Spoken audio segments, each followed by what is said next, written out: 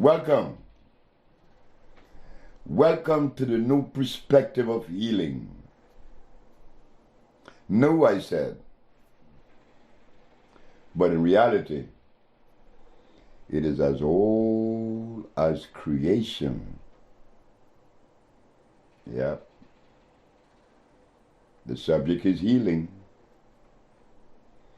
You see, it has to be as old as creation. Because the components that is going to address healing or bring about healing has to be one that is considered native geologically. Native plants are natural plants. Natural plants are electrical. Why? The base of natural plant, the very foundation, is what the Chinese call the CHO arrangement.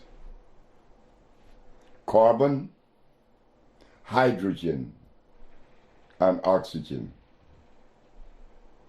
So in life,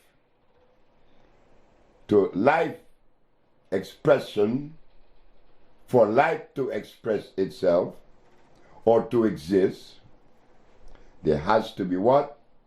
Carbon, hydrogen, and oxygen. The Chinese call it the CHO. I agree. What does CHO have to do with healing? It is the structure that would allow a substance to readily assimilate biologically. Without carbon, hydrogen, and oxygen, that substance is non-electrical. It is non-organic. So, as we take a look at life, we want to clear the air. We want to dismiss that myth. We want to dispel the myth that this and that is incurable, and that this and that disease came through the process of what? Germ, virus, or bacteria. Well, you see, this is the philosophy of medicine. As you can see, I am of a genetical predisposition that is African. I am an African, and I think that it is the greatest thing that ever happened to me, to be born an African. Or, like, if I was a Chinaman, I would have loved to be a Chinaman, or a Caucasian, or an Arab, or an Eskimo. So, we are talking this way to show that whatever you are, that is what you were supposed to be. And as we are that expression that life made, like life expression carved out this image you called Sebi, I had no control of that. So as we travel on the journey of healing, we want to ask one question that hasn't been asked in my lifetime that I know about, and probably it has been asked. And I am totally unaware of it. It doesn't mean that it wasn't asked. Why do we get sick? The body was not designed to be sick.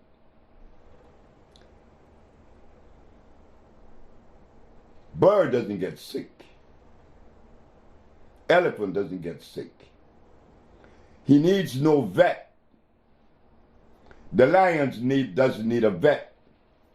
Neither is a giraffe or any of the natural animals. Why do we get sick?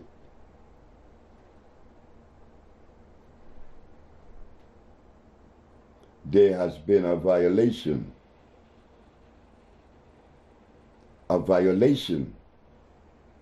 that is costing us our life today. And it would have been okay if I live happy until I die because of the violation, but that isn't what's happening. Because of the violation, I become stressed. I become extremely stressed until I die. Why do we get sick? What is the violation? The violation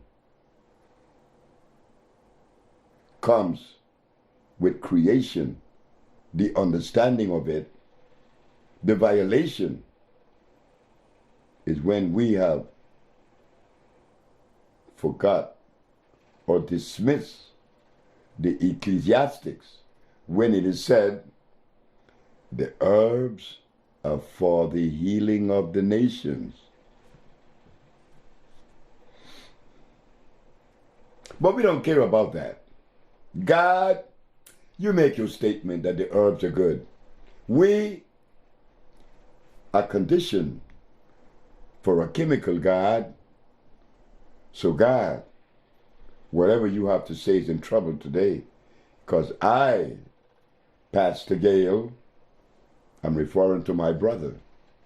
I'm a preacher. For 30 years, God.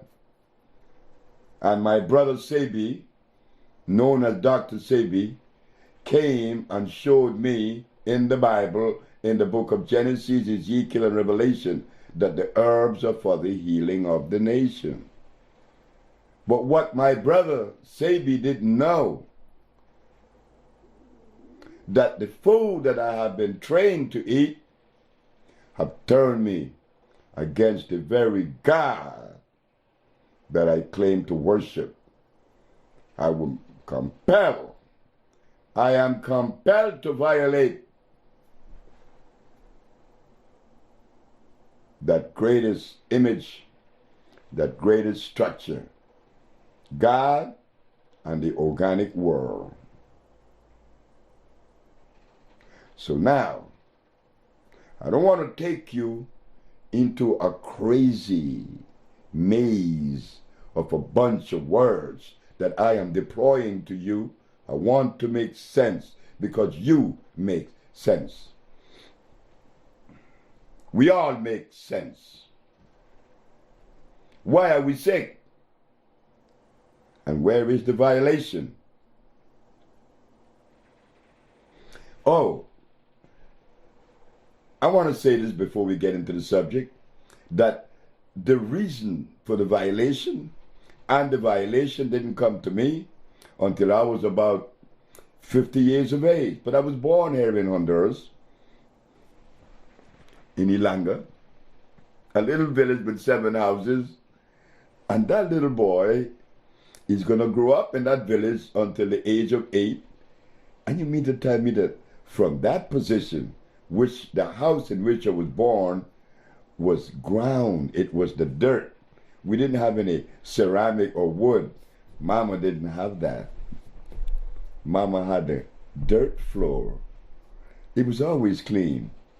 So from that level of being born in Ilanga, Honduras, to have made this leap into the understanding of things, that I would arrive at deploying these words to you about health. The boy never been to school. The boy didn't read any books. I was least of the candidate that could think about occupying a position that could be credible. Well, guess what? Nature designs and decides that. The violation, you're going to see it. You see, I said we're going to travel on this journey. It's a beautiful journey. It's a beautiful path.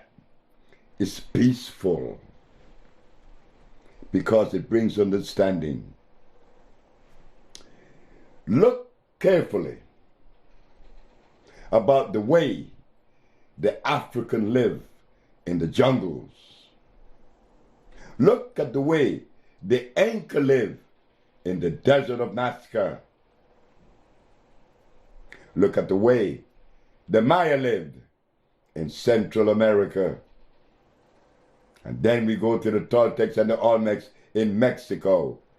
Then we go to the Cheyenne and the Sioux, those American Indians. Carefully, we're going to begin with that. The African, the Inca from South America, the Maya Central America, the Toltecs and the Olmecs from Mexico, and the American brothers and sisters, natives. You know what we are called by on certain levels of understanding? We are called the organic family. The organic family, all families are organic, not so. I was in Nazca, Peru, which I travel once in a while. I love Peru. I've been going to Peru since 1955. And I enjoy going to Peru like I enjoy going to Mexico. It was in Peru that I became aware of the organic family through a Peruvian Inca descendant. He said, "Black man, are you aware or do you have any idea what you represent?" I said, "No, Paul." He said, "Well, we have something in common. We are a member of the organic family." What do you mean by that? You see, the organic family is exactly what we say it is. Organic. No waste. We do not produce waste. Everything about us is recyclable. And this is why we didn't have any toilets. Oh God, what is this? This man is showing me something that I have never before heard. We didn't have any toilets. I said, no, we don't have any toilets. We didn't need that. Remember, what we ate was products that are considered native. No starch, no uric acid, no blood. No blood, no starch. Uric acid, blood. Carbonic acid, starch. You see, when we ate electric food. That's all we had in our environment. The organic family only had electric food as part of their diet. So they ate very little and infrequent. It wasn't necessary to eat 3 times a day with plates full of tanya, dashin, cassava, and blood. Not to mention the rice, which is starch, glycerinic acid. No, we didn't have that. The organic family only ate electric food. So when he passed his feces, he could pass his feces in his hands and put it back in the soil. But the family, he said, that live outside of that cosmic arrangement, you don't want to be around when you use the bathroom. It's something that is horrible. Imagine what goes on inside. If what you smell is so unpleasant, what goes on inside? So the organic family, being that it was electric food, their diet, there was no waste. This was recyclable. Didn't need a toilet. Do you understand, black man, what I'm saying to you? You remember Paul? I said, of course. And I love it. The organic family was never diseased. Why? It was impossible. It was impossible because we live within the arrangement, the procession of life. I'm not an anchor, and there are certain things that are indigenous to the anchor. I am not a Sioux or a Cheyenne. I am not a Toltec. I'm not a Maya. But I am an African. And there is a connection with the family. So, I was compelled to direct my thought patterns, my vision, towards the continent. I am an African. And what does that mean? It means that when creation designed the African, there was a food that was designed for that African. And if you believe that this is an untrue, well then, let us take the diet of the African and give it to the man that lives in the ice, the Inuits. No, he was designed to eat whale and fish. We were designed to eat something green. But nonetheless, it was compatible with our genetical predisposition. So now we come to why we are sick. The African had a food, the Eskimo had a food, the Inca had a food that you do not find in Africa, nor what is in Africa you find in Peru. But what he needed was in Peru. And what I needed was in Africa. If I ever make the mistake and select a component or a thought from another gene predisposition or another geography, I'm only saying, hey fellas, I am blind. I need to go to Kathmandu. I need to go to Nepal. I need to go to India. Or I need to go to Europe. And what you going there for? You see, I'm blind. I am totally lost. And being that I am lost, I don't know what is what and where to go. You see? We are blind. And we show it. We shows it. I have friends that have books written by scholars from all over the world, from all religious structures, scholars Me, I'm too ignorant for that. You see, I was spared. I didn't go to school. So the work of a scholar has no place in my environment. Why? Because what scholar do you know that has written a paper or a book that addresses gene food consistency? Nobody. And if we gonna violate that cosmic arrangement, all else is useless. It doesn't matter. You're violating.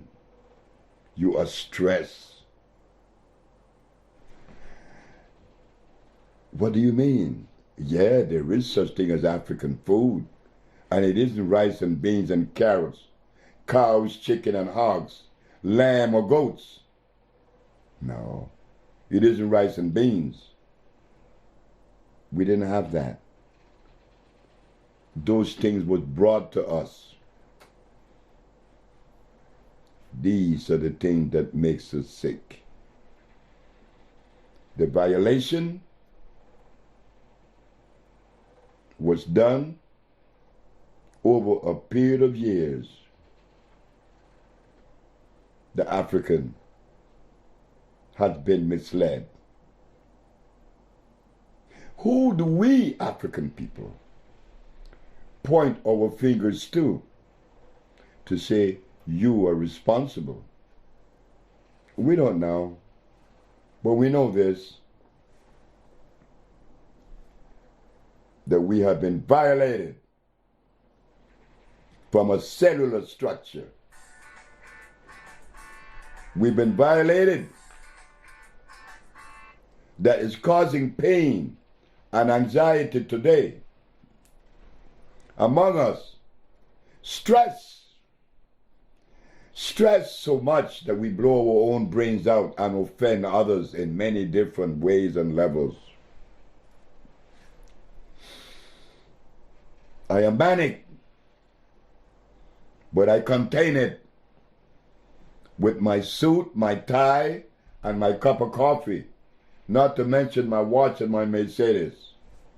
But one day, very soon, the doctors would say, hey man, you got something on you, in you, about you. And what is that, doc? It is cancer. Cancer? Well, my ancestors didn't have cancer. It was unknown. Why do I have cancer?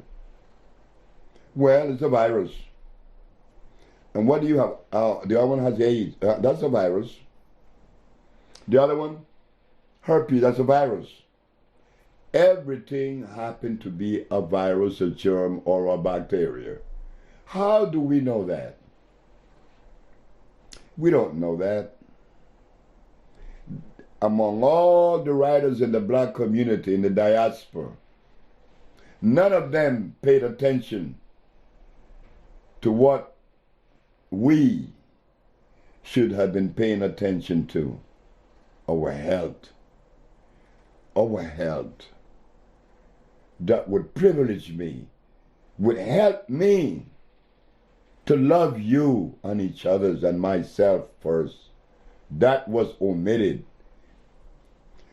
We know all about the religious people. We know all about the cross and Jesus. We know all about that. But when we go home to eat, we eat something that was definitely offend our biological and cellular structure. Why is that? Where did that message come from? That we were supposed to eat starch and blood as a diet. When these things offend the black man's biology. So, today, we are carving out a little path into the past And what we found, that yes, we are a member of the organic family, and that we didn't have any waste to rid ourselves from. But once in a while in New York, in LA, and anywhere you go, you see these trucks that written on them, it says waste management. How do you manage waste? I don't know. It's waste. Why even manage it? Why produce it? This is the reason why we are sick. So today, we want you to know that we are a member of the organic family, and that because of that understanding or level of understanding, we could put forth the effort to ameliorate much of the ills that beset us. Isn't that beautiful? To come to that level of understanding that we need to change our diet to that which is compatible with our cellular predisposition. The African. I am not saying that the African is better than the Caucasian, or that the African is better than the Chinese. When you begin to compare races and groups, then something has to be wrong with you. We are different. I am not a Caucasian. I am not a Chinaman. I am an African, which means that I am compelled to follow that cosmic dictate and that nothing should interfere with it. And do we now have the right to address this health situation that we are faced with? Ebola.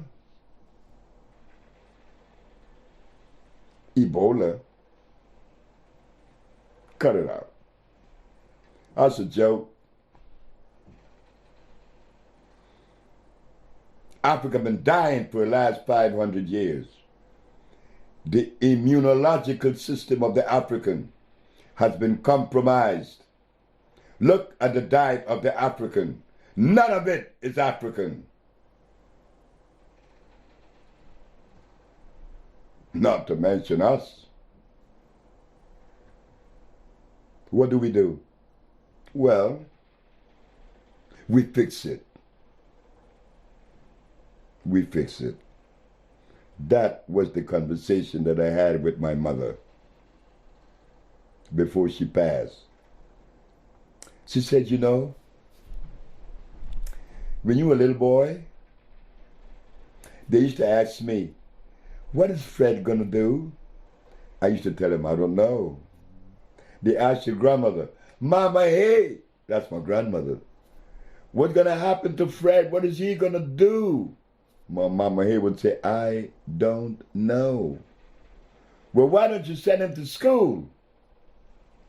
That's when my grandfather would step in and says, gorillas doesn't take their cubs to be trained by polar bears.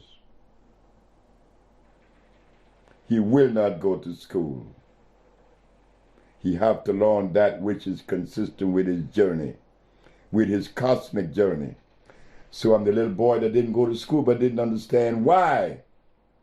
But now that I'm at the age, in my winter of my age, I could see why my parents did that to me. They wanted me to stay clean, that I would be able to absorb just the material that life had to offer, not the philosophy of life. And that is where we're going to end this chapter, that the black man is not philosophical, that comes from another society. Philosophy has not done anything in ameliorating the condition of health that exists on the planet today. The philosophy of medicine is It exists. Disease exists because of germ, virus, bacteria. So we have to treat it with a chemical, cyanide, arsenide, mercury, or antimony.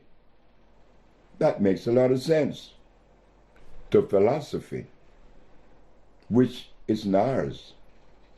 We don't need philosophy. We are not philosophical folks. We are organic folks. The people that live by philosophy, they produce waste. Now we go to the organic family. What is the thought structure? There is none.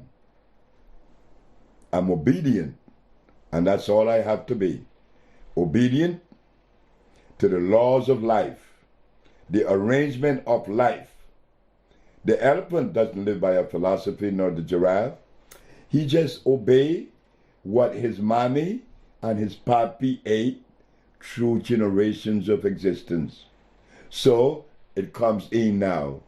Honor thy mother and thy father, that thy days may be long upon the land. And that is what Dr. Sebi did. He went to the mother country, selected plants, and voila! AIDS are being cured. Ebola is being cured. Diabetes, sickle cell anemia. Oh, sickle cell anemia. The disease that besets every black person on the planet today is sickle cell. Why? Well, you know, every plant lives by the dictates of the DNA that represent that plant. Like if I go to burdock, I'm looking for iron. But if I go to the lily of the valley, I'm looking for something else, calcium and iron combined. But if I want calcium in its purest form, I go to sea moss.